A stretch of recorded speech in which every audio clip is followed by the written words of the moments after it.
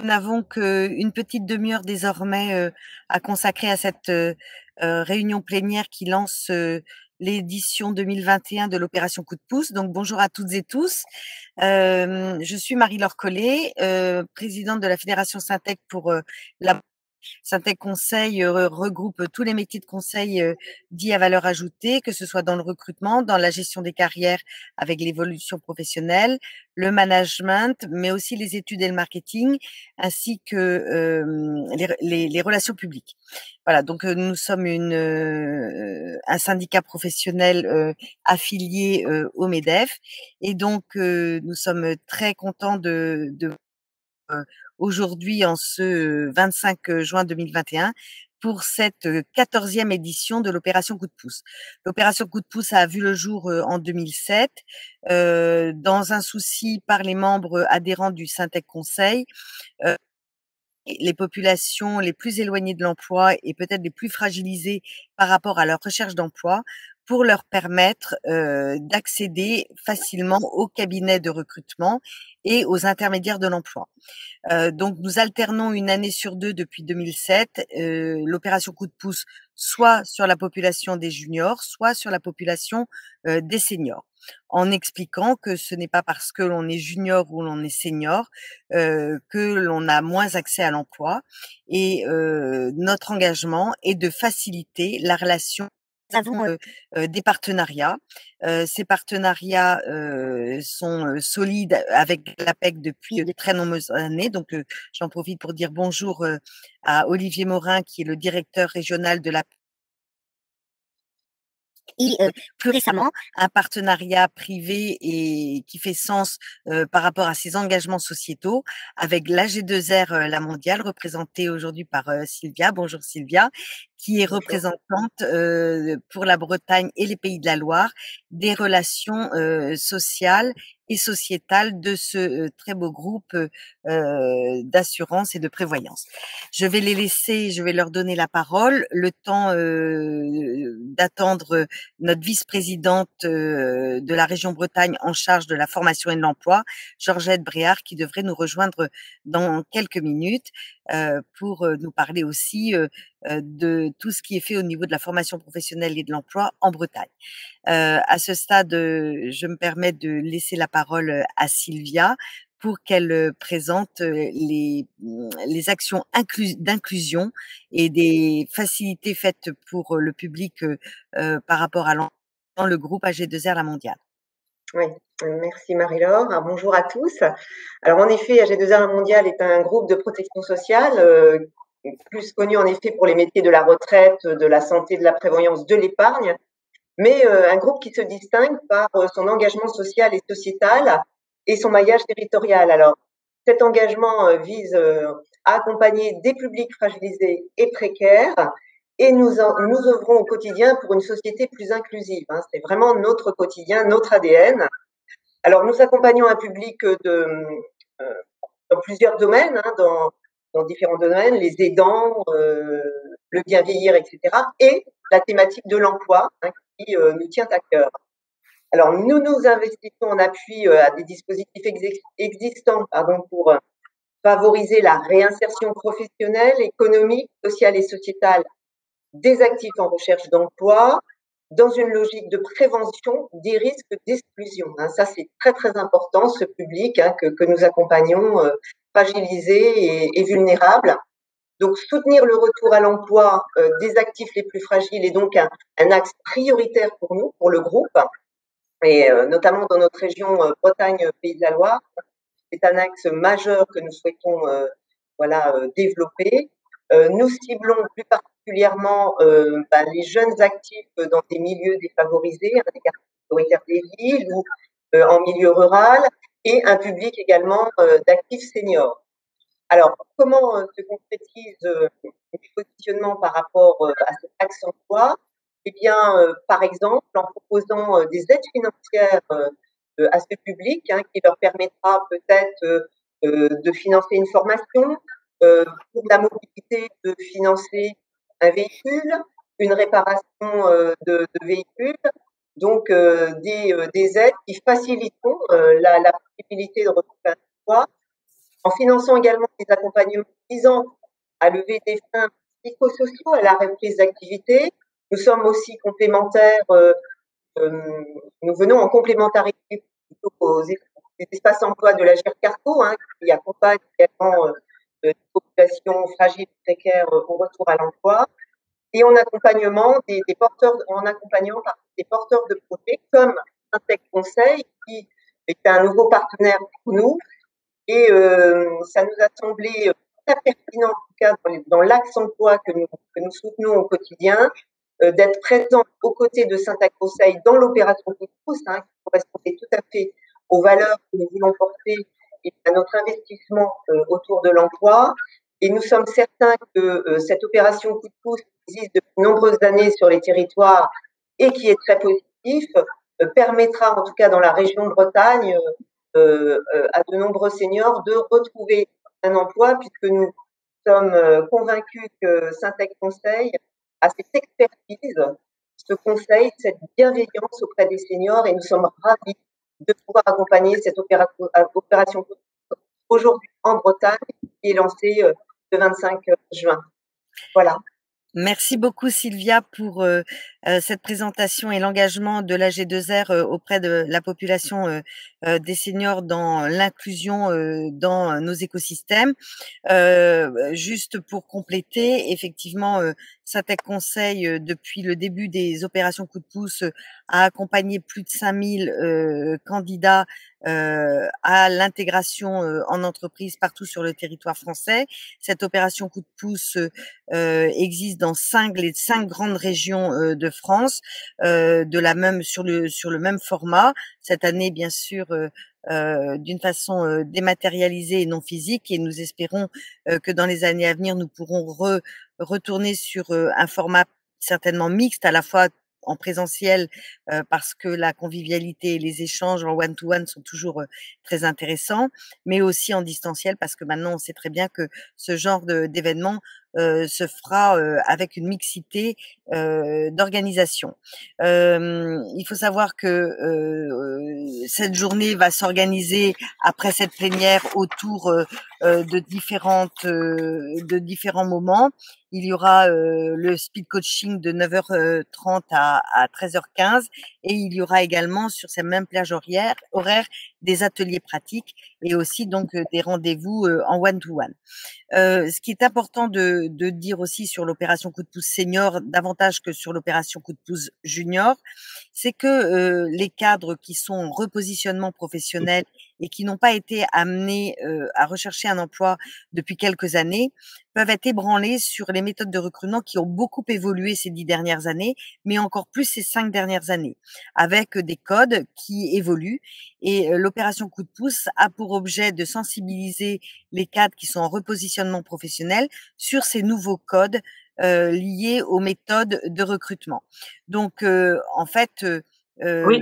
n'hésitez pas quand vous êtes cadre et que vous faites partie de cette génération dite senior, de vous rapprocher des cabinets conseils Syntec tout au long de l'année, qui peuvent vous proposer gracieusement des entretiens dans le cadre de votre repositionnement sur l'emploi, ce que fait aussi l'APEC. Et donc, je laisse la parole à Olivier Morin, qui va nous expliquer un petit peu quel rôle joue l'APEC dans cette opération Coup de pouce, et aussi quel rôle joue en Bretagne, puisque l'APEC est extrêmement présent aux côtés des intermédiaires de l'emploi privés, et nous l'en remercions. Oui, en quelques mots résumés, effectivement, donc d'abord et à titre infiniment liminaire, c'est l'occasion de rappeler que cet événement, eh bien, c'est l'illustration de la proximité, de l'engagement qui existe entre l'APEC et le Syntec. Et merci Marie-Laure, voilà, de nous avoir effectivement conviés à cet événement. Alors, l'APEC, l'Association pour l'emploi des cadres, effectivement, est engagée auprès des cadres, alors à plusieurs niveaux. 4 piliers pour l'APEC. Un premier pilier qu'on connaît bien, c'est effectivement le job board, qui est le principal job board effectivement aujourd'hui sur la compétence des cadres. Ce qui est un peu moins connu, c'est les études. On aura peut-être l'occasion d'en dire quelques mots tout à l'heure sur notamment des études qui sont sorties et qui très récemment d'ailleurs au mois de juin sur justement les seniors et le travail des seniors et la perception aussi des seniors dans l'entreprise. Et puis les deux autres volets qui sont un peu plus connus et qui sont effectivement l'ancrage territorial que nous avons. Hein. C'est le conseil en développement professionnel qui est assuré par des consultants qui permet effectivement aux cadres d'être suivis tout au long de leur parcours professionnel, quelle que soit leur situation. Alors, on assure effectivement ce conseil et ce suivi auprès de cadres qui soient soit en activité pour des besoins de mobilité, que ce soit d'ailleurs à l'externe ou à l'interne, ou aussi effectivement, ce qui parfois d'ailleurs fait quelques confusions avec Pôle emploi, mais des cadres qui sont demandeurs d'emploi. Et puis une autre activité qui est peut-être un petit peu moins connue, mais je parle volontiers, qui est aussi tout ce qui touche l'entreprise, puisque nous avons des consultants en relations entreprises et nous accompagnons les TPE-PME dans leurs besoins de recrutement, allant parfois jusqu'à tout simplement prendre la plume pour eux, pour créer effectivement des offres ou assurer parfois des présélections sur CV. Ouais. Merci Olivier. Est-ce que, puisque tu as la parole, tu peux nous faire un petit panorama de là où nous en sommes par rapport à l'emploi en Bretagne sur cette population de cadres, et nous laisserons rebondir ensuite Madame la vice-présidente en charge de la formation et de l'emploi pour la région Bretagne qui vient de nous rejoindre. Que je salue également. Merci. Bonjour. Alors, effectivement, déjà un petit coup d'œil dans le rétroviseur pour bien comprendre la situation, parce qu'elle est assez exceptionnelle. Alors, je vais vite avancer. Le bilan réel 2020, aujourd'hui, ça y est, il est établi. On avait envisagé d'ailleurs une chute des embauches cadres plutôt brutale, mais finalement, elle est moins vertigineuse que les prévisions de l'automne, en tout cas, ça laissait craindre. À l'échelle nationale, alors là, je suis vraiment à l'échelle nationale et c'est ça qu'il faut retenir. On a connu pendant 7 années une augmentation continue. Et voilà, 2020, c'est la fin d'une dynamique, puisqu'elle a été freinée brutalement par la pandémie. C'est 50 000 recrutements de moins en 2020 par rapport à 2019, soit une baisse moyenne au niveau national de l'ordre de 19%. Donc voilà, c'est conséquent. Alors face à cela, une exception, la Bretagne.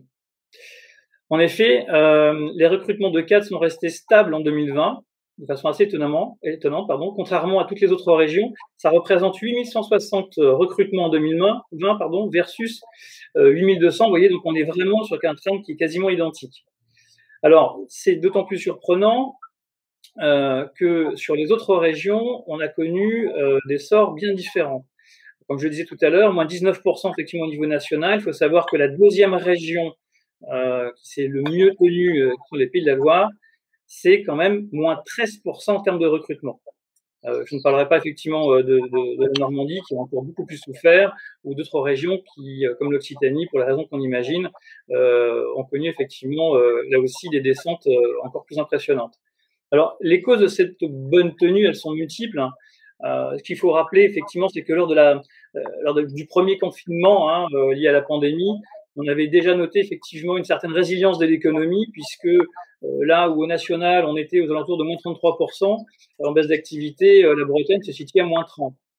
Évidemment, on pense tout de suite et assez rapidement à la question de l'agroalimentaire qui a porté cette économie, puisqu'en termes de baisse d'activité, alors avec des sorts relativement différents effectivement sur les activités, mais globalement, l'agroalimentaire n'a connu une baisse d'activité que de 5%. Alors, ce qui a permis également le maintien d'une activité économique de ruissellement, on pense également au transport, aux services marchands, au développement d'infrastructures, etc. Je dois parler aussi de l'informatique qui, avec 30% comme des recrutements cadres, a même augmenté ses effectifs en 2020, puisqu'on est sur à peu près plus 4,5%. Voilà, donc vraiment une année 2020 en baisse au niveau national, un maintien effectivement de la Bretagne pour toutes les raisons que je viens d'évoquer et qui ont fait vraiment une exception en termes de région sur le reste de la France. Je ne sais pas si c'est maintenant où j'aborde rapidement, mais en tout cas, ce qu'on a sur 2021, ce qu'on note sur les secteurs porteurs en Bretagne, c'est que 6 recrutements sur 10 auront lieu effectivement dans l'environnement du service. Le poids de l'industrie, on voit bien qu'évidemment porté également par l'agroalimentaire, le poids de l'industrie, c'est quand même pratiquement 25% des recrutements, donc c'est considérable. pour finalement un volume de cadre qui est de 20% dans cette activité. Donc ça veut dire que les industries effectivement aujourd'hui investissent massivement dans la compétence cadre, et vous savez, on associe très souvent d'ailleurs le recrutement des cadres avec les investissements en entreprise. Donc service 61%, un quart effectivement pour l'industrie, le commerce ça représente 10%. Maintenant, si je fais un rapide tour d'horizon sur les fonctions, sans surprise, on va retrouver un triptyque qu'on connaît bien, puisque c'est d'abord et avant tout donc l'informatique, ensuite le commercial marketing et enfin les études et R&D. Alors, sur la question du recrutement des seniors, et notamment sur la région, ce qu'il faut noter, c'est qu'en 2021, donc, les intentions d'embauche sont majoritairement portées vers des profils avec expérience, je vais préciser. Pour preuve, donc on a à peu près 67% donc des intentions de recrutement qui sont tournées vers des profils ayant plus de 6 ans. Et quand on regarde un peu de façon un peu plus détaillée, on note qu'effectivement, ces intentions sont de 13 à 15% environ vers des profils qui ont 15 ans d'expérience et plus. Alors, je reviendrai peut-être tout à l'heure pourquoi, mais évidemment, la question effectivement de l'opérationnalité immédiate, évidemment, porte ces choix-là et doit être aussi un vecteur positif pour ceux qui nous écoutent et qui sont à la recherche d'un emploi. Merci Olivier pour cet état des lieux. Et effectivement, quand on est sur une période de sortie de pandémie et que les entreprises massivement recherchent des compétences, le fait d'être expérimenté joue en la faveur des populations seniors. Et il faut que et l'opération coup de pouce est là pour cela, que les seniors connaissent les bons codes pour atteindre l'entreprise et pour mettre en exergue ce que le senior ou la senior peut mettre à profit de l'entreprise pour qu'elle soit tout de suite adaptable. Sachant que en plus, on travaille de plus en plus sur ce qu'on appelle la transférabilité des compétences, et que dans la rédaction du curriculum vitae et j'en fais ma marotte, qui ne veut plus dire CV, mais CV en tant que tel, mais compétences et valeurs, soit bien décrite la majorité des compétences qui peuvent servir à l'entreprise visée. Donc, on peut adapter son CV en fonction du secteur ou en fonction du métier et de l'environnement que l'on souhaite rejoindre. Et pour ça, vous avez besoin de conseils, et il ne faut pas hésiter à vous appuyer soit sur l'APEC, soit aussi bien sûr sur Pôle emploi ou sur les intermédiaires de l'emploi qui sont membres de Syntec Conseil. Nous avons la chance d'être dans une région extrêmement dynamique. La Bretagne est fière de porter un nombre de secteurs d'activité extrêmement diversifiés, ce qui fait aussi cette force et qui explique pourquoi depuis des années la Bretagne compte 2 points de moins de chômage que par rapport à la moyenne nationale. Et nous devons cet éclectisme des secteurs d'activité aussi aux politiques depuis la période d'après-guerre, qui ont su à chaque fois au plus haut sommet de l'État, demander à ce qu'il y ait des nouveaux secteurs entrants dans notre région. Ça a été vrai pour les télécoms, ça a été vrai pour l'automobile, ça a été vrai pour de nombreux secteurs. Et donc cette région que nous aimons tant, où au nord il y a de l'eau, à l'ouest il y a de l'eau et au sud il y a de l'eau, et bien qui pourrait paraître comme une région enclavée, que nenni, c'est une région qui est belle, prospère et ouverte sur le monde. Et je vais laisser la parole à Georgette Bréard pour nous expliquer aussi pourquoi nos élus travaillent quotidiennement à ce dynamisme de l'emploi et de la formation pour sécuriser les parcours professionnels. Merci beaucoup. C'est un passage, une transition positive. Effectivement, notre région est belle, belle de ses côtes, belle de son intérieur également.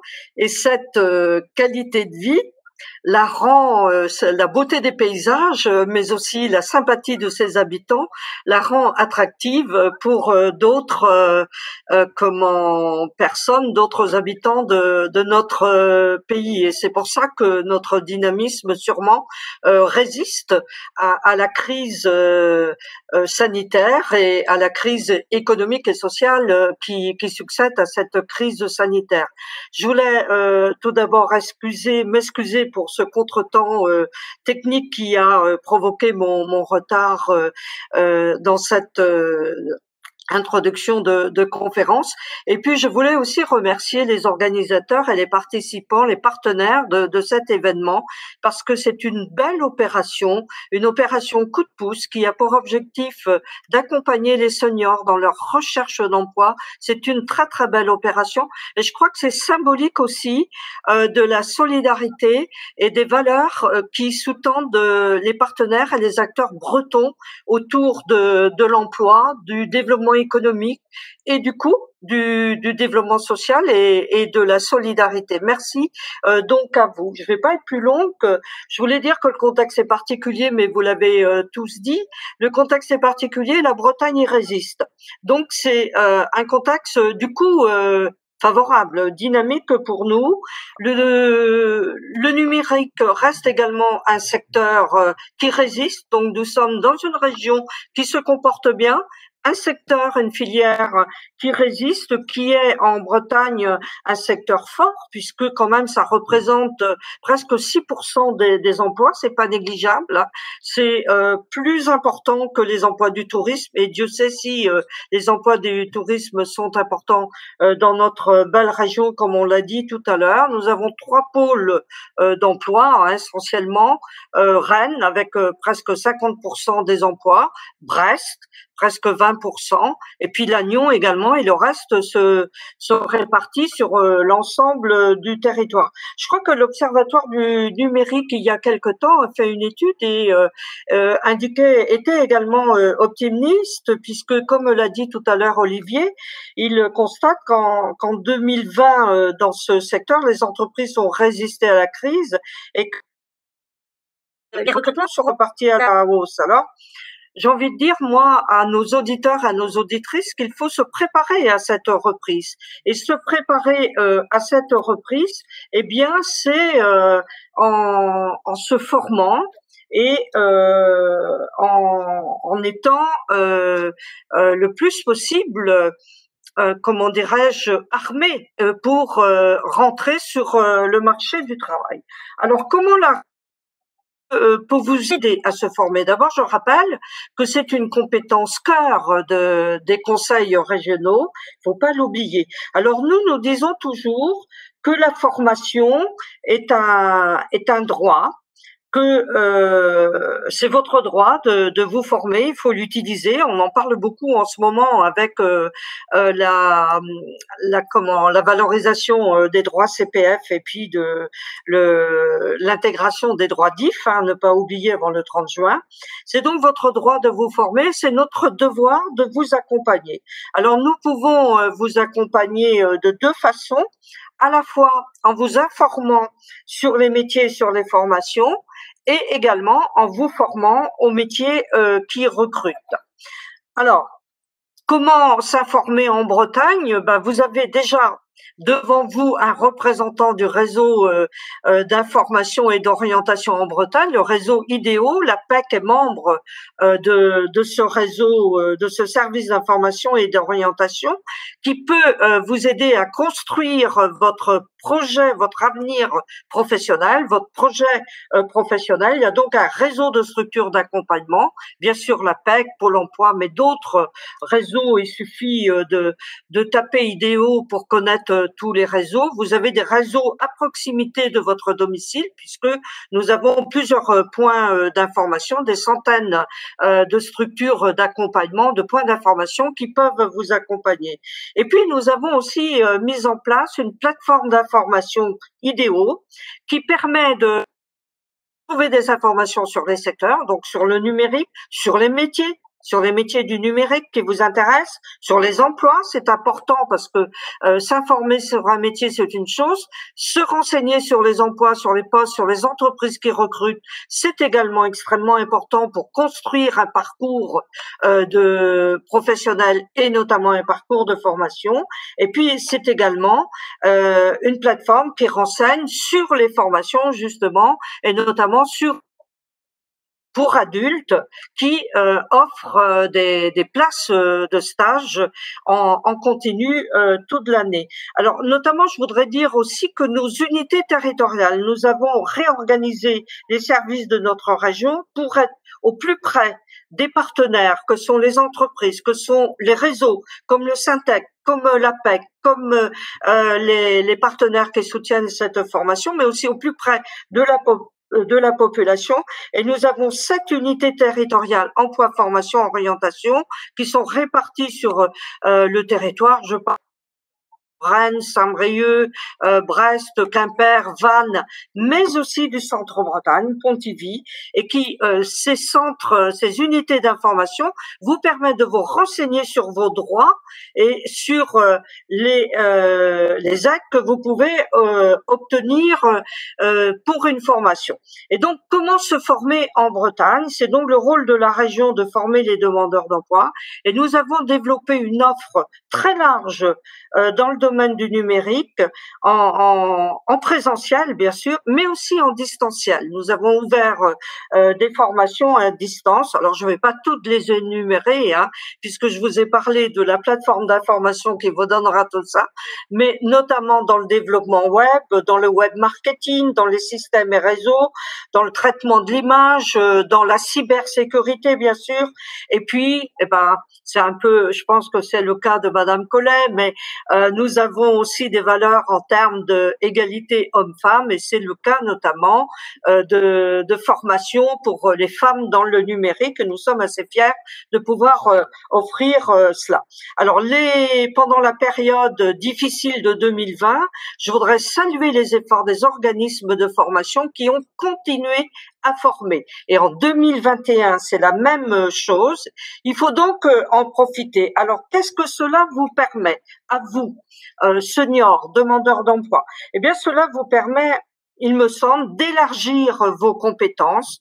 Vous avez des atouts, vous êtes des seniors, vous avez une expérience. Olivier a parlé tout de l'expérience dans les recrutements. Vous avez une expérience riche, il faut la valoriser, mais il faut surtout élargir vos compétences. Il ne faut pas que les compétences que vous avez acquises durant votre parcours, votre carrière deviennent obsolètes au bout d'un moment. Il faut surtout enrichir ces compétences et en rajouter d'autres pour améliorer votre employabilité. Ça permet aussi de construire un réseau, parce que les organismes de formation s'appuient sur des entreprises, elles ont leur réseau et du coup ils le partagent. Les organismes de formation partagent ce réseau avec vous, c'est extrêmement important. Et puis, merci Georgette, parce qu'on n'a plus que 20 secondes et on va être coupé. Alors, dire que nous avons un accompagnement global. Alors, moi, ce que je voudrais dire en conclusion, il faut croire en vous. Il y a de la place pour vous. Vous êtes dans une opérationnalité immédiate. Formez-vous, c'est un plus pour revenir sur le marché du travail. Nous sommes là pour vous aider, pour vous accompagner, et la région Bretagne est heureuse de le faire. Merci beaucoup, Georgette Bréard. Merci à Sylvia et merci à Olivier. Effectivement, pensez à la sécurisation de vos parcours professionnels et nous sommes tous là pour vous aider. Je vous souhaite une belle opération Cousspous et une très belle journée. Merci pour votre présence. Au revoir. Merci. Au revoir. Au revoir. Bon courage.